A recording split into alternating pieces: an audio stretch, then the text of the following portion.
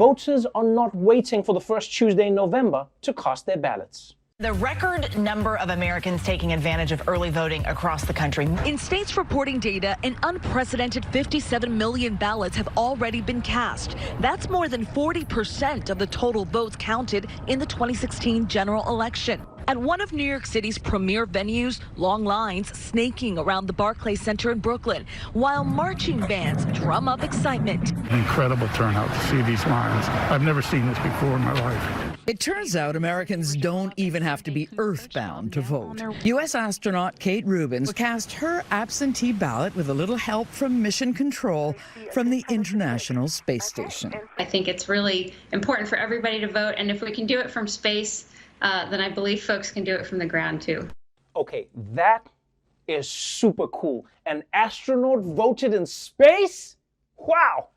I mean, it's weird that she still had to wait in line for like 10 hours, but yo, that is cool. Also, I don't know if this is the kind of story that would inspire people to vote just because an astronaut did. I mean, it's easier to vote in space. What do you have? Nothing. No responsibilities. You know, down here we gotta work. You gotta check Instagram every 10 minutes. In space, you just float around. You do backflips. You talk to some guy named Houston, occasionally poop in a bag that's taped to your ass. You're living the dream. And guys, I'm happy that astronauts can vote, but America has to ask itself about its priorities when it's easier for a white lady in space to cast her ballots than an old black lady in Georgia. I mean, just look at the lines down on Earth. Have you seen these lines? The lines look so long. Forget buying new Air Jordans. It looks like people are lining up to buy Michael Jordan. I've heard they've only got one, but I'm hoping they make an exception. I want to get the baseball version. But what's amazing is that even with all the long lines, even with the suppression, America is still hitting record levels of early votes. There are so many early votes that the president could already have been decided and we just don't know it. It's like the week before Christmas when your parents had already bought your gift and you just weren't allowed to find out what it is. So it could be a brand new president, or it's the same one as last time. I shook the box and it grabbed me by the pussy. If anyone needed a reminder about what's at stake in an election, well, last night you got it. Because last night, Republicans took full advantage of their hold on the White House and the Senate by officially sealing the deal on their replacement for the late Supreme Court Justice, Ruth Bader Ginsburg. From judge to Justice Barrett. I, Amy Coney Barrett.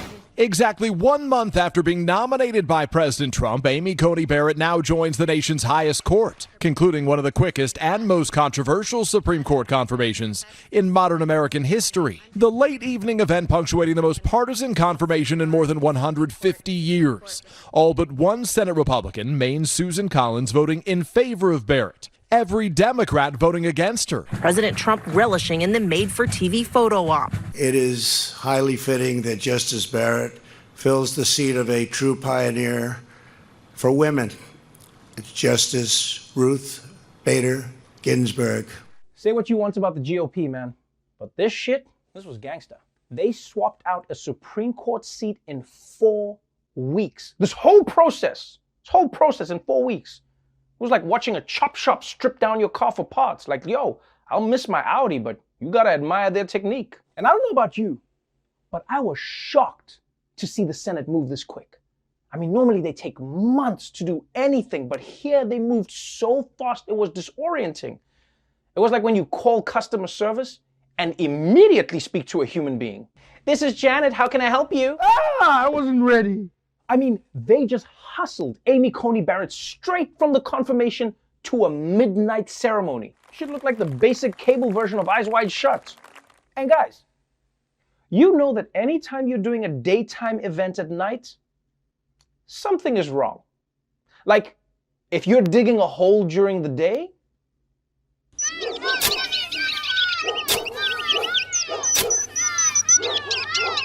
but if you're digging that same hole at night,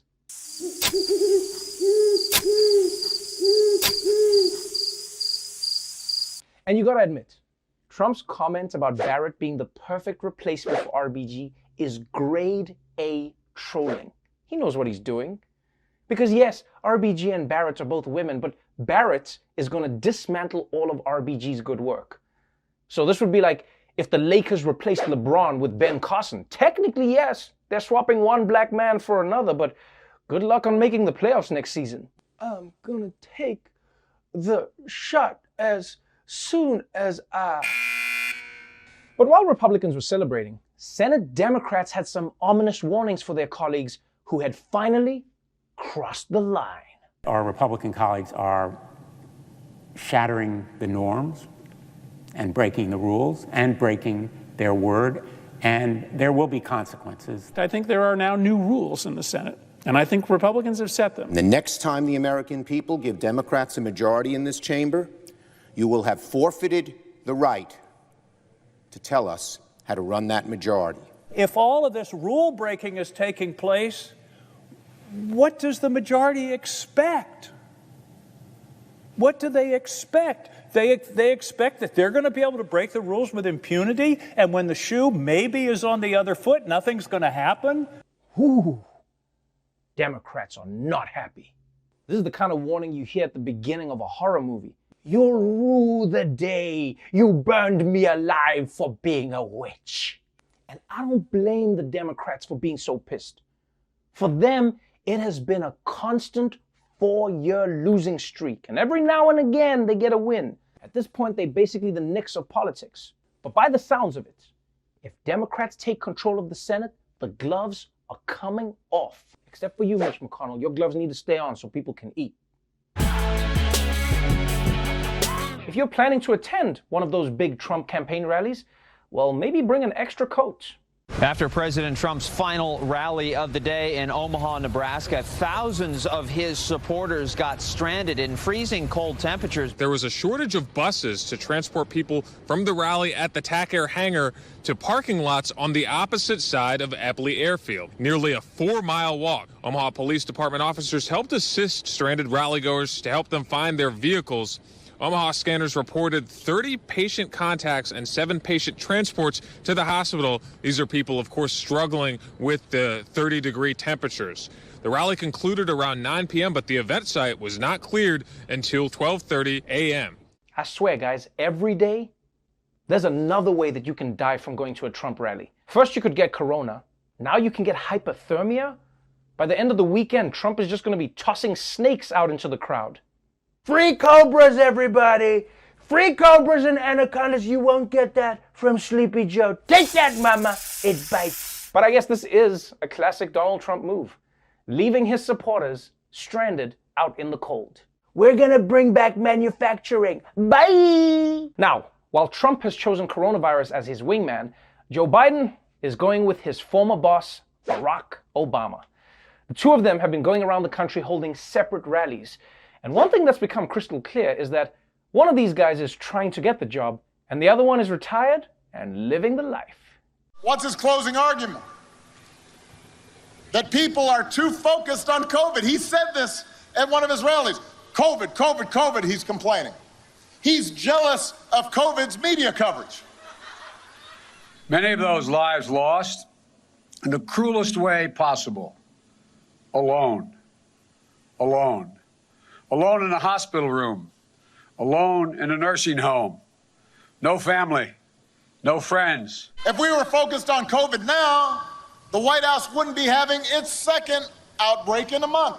The White House. He's turned the White House into a hot zone. We see the empty storefronts and the shuttered businesses, the visible signs of lost hopes and broken dreams. I will say that I miss kissing babies during the pandemic. I can't do it, but look at that little bundle right there. Brand new. It's got the new baby smell. The longest walk any parent can make, up a short flight of stairs to his children's bedroom. To tell a child, you can't play in that Little League team anymore. You know, this is so hilarious to see how roles have been reversed, because you remember that when Obama was president, Joe Biden was the guy who got to have fun. You know, while Obama was giving the somber speeches. Now Obama's out here doing rap battles while Biden is writing Hallmark cards. In fact, the difference between Biden and Obama is basically the difference between white church and black church. This is all I experienced growing up. Yeah, because Obama makes you say, Amen! And Biden makes you say, Amen.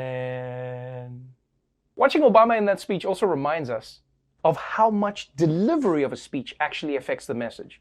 Because when Obama says, I want to kiss that baby, we're like, yeah, kiss that baby, Barry. But if Trump was like, I want to kiss that little baby, we'd be like, yo, we need to get this baby out of here, man. I don't trust this guy. And I don't know about you, but sometimes these rallies feel like when you fall in love with someone, but they're trying to set you up with their best friend. Well, hey girl, how you doing? Hey Barry. You free on Friday night? I sure am. Well, I want you to go out with my friend Joe. He's a good guy. You're gonna like him. Okay, but I'm only taking one for democracy. The presidential race isn't the only one that will be decided next week. Republicans are trying desperately to hold on to the Senate, and one seat that they'll need to keep red is in Arizona, where Republican incumbent Martha McSally is in a tough race against Mark Kelly, who's a former astronaut, which must be really tough, because every political catchphrase sounds way more impressive when you can end it with "in space." You know, the other day I was thinking about this great country of ours in space. Now, McSally is one of Trump's biggest supporters. So when Trump came to a rally in Arizona, it should have been a big moment for her.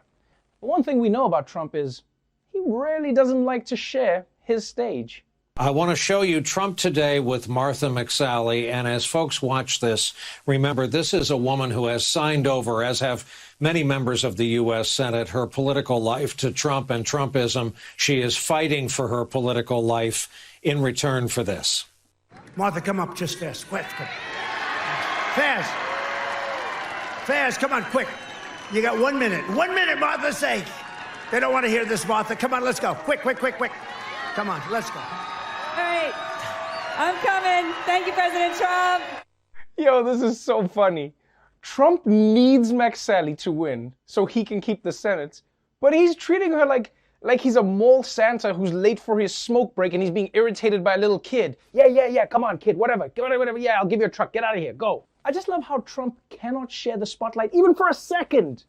Even for a second, he wants it all for himself. He would be terrible to duet with at karaoke. Okay, I'll sing Brandy and Monica's parts, and you can sing the rest. But this song is only Brandy and Monica. No one wants to hear from you, Martha. You need to give it up. Had about enough. It's not hard to see. The boy's mine. Before we go, we're partnering up with World Central Kitchen for their new Chefs for the Polls program.